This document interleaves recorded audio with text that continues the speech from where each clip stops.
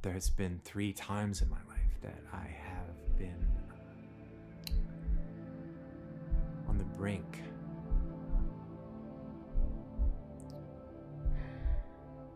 Just wanted to die.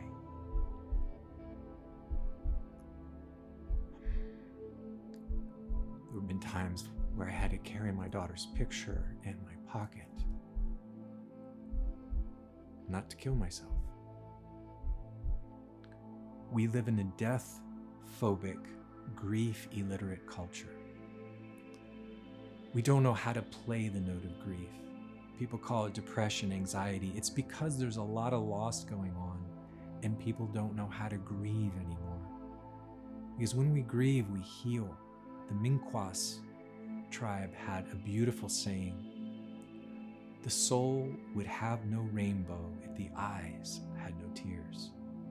The soul would have no rainbow if the eyes had no tears. No rain, no rainbow.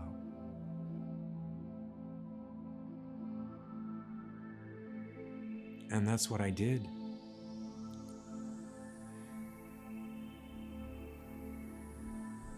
I cried. I cried and I cried and I cried.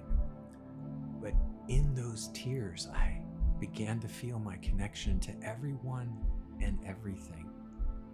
And I realized there was a song in my heart that was bursting to come through and come out from that, like this river flowing through my heart, an ever-flowing river of love that lies at the edge of life and death and joy and sorrow and night and day. And that's the place where creativity comes from and where we begin to find how to flow through life and experience it as a river. And that's how that pain, that suffering, moved me into my first love, music and creativity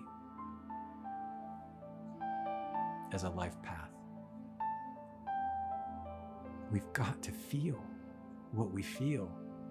We have to stop running from the grief. We've got to feel it, honor it. You'll come back to your body, you'll come back to your life, you'll come back to this present moment. It's true that if grief could make a sound, we couldn't hear anything else. And when we can give expression, feel what we feel and feel it all the way through, but also find a way to give it expression, that's the creative act. And that's also a place of love. The love that moves the sun and all the other stars, as Dante said. Cherokee call this amazing instrument the long human being. And the Creek call Creator master of the breath. We ride the most ancient river there is, which is the breath. And it's amazing to me that from my abdominal surgery, where I had difficulty breathing as a child, now I make my living both teaching people to breathe in my meditation yoga classes, but also through playing this amazing instrument. So when you're really giving yourself over to your breath, you're really riding that river of life. And that's a beautiful way to make your life into music and flow and the journey that it is. Creativity is inherently healing.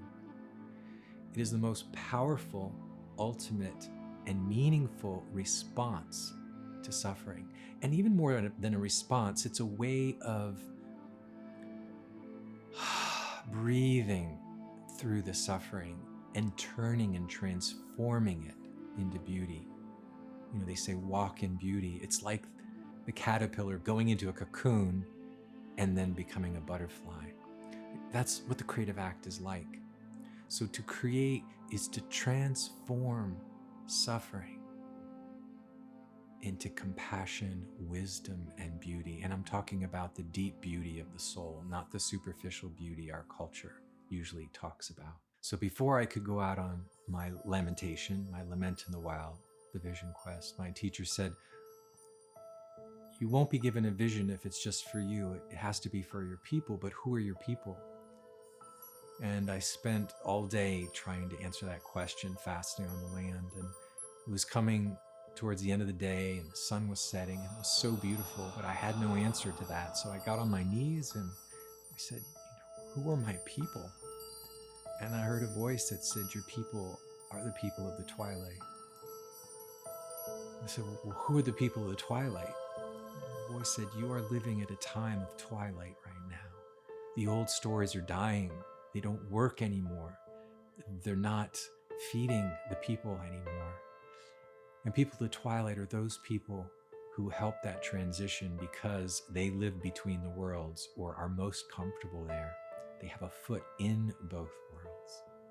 So I went back to my teacher and said, my people are the people of the twilight. He said, good answer, good answer. So if you're listening to this, you probably are a person of the twilight, particularly if you are highly sensitive, empathic, creative. This culture doesn't see you and support you.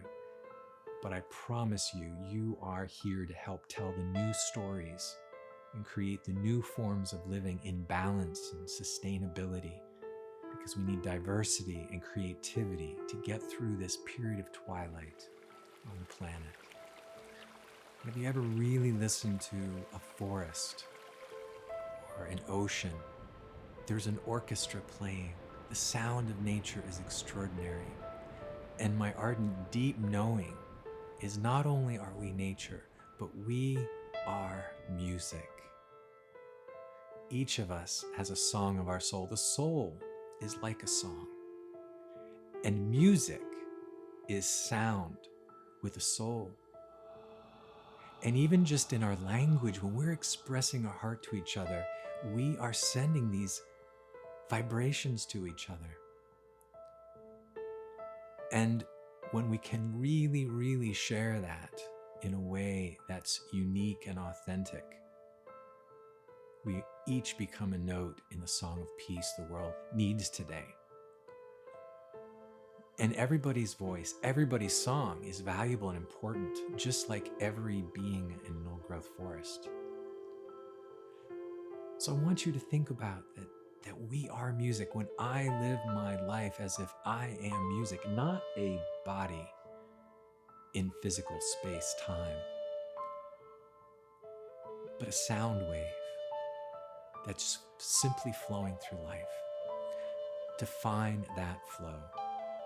Our life is like a river that we've never been down before, full of great challenges and great beauty. It's not climbing a mountain. Our culture will tell you life is climbing a mountain and you need to gut it out and get to the top. For them, that made no sense, that we have to surrender to that river. And that river, if we trust it, like our hearts, like our grief, will take us home to the ocean where we began. So trust the river of your heart, even if there's going to be twists and turns in it. Trust it like it is music, because you are music. The goal of our life journey is not to get to the end. Just like listening to a piece of music is not trying to get to the end, but living fully in the flow of the beauty of the journey itself. All the life on the river takes place along the river. Just like when you're immersed in song, you're even surprised when it ends, because you've lost the idea of beginning, middle, and end. You are so immersed in the beauty and the flow. And that's when we live authentically, beautifully. And as one of my other native teachers would say, never stop dancing. Never stop dancing. Aho.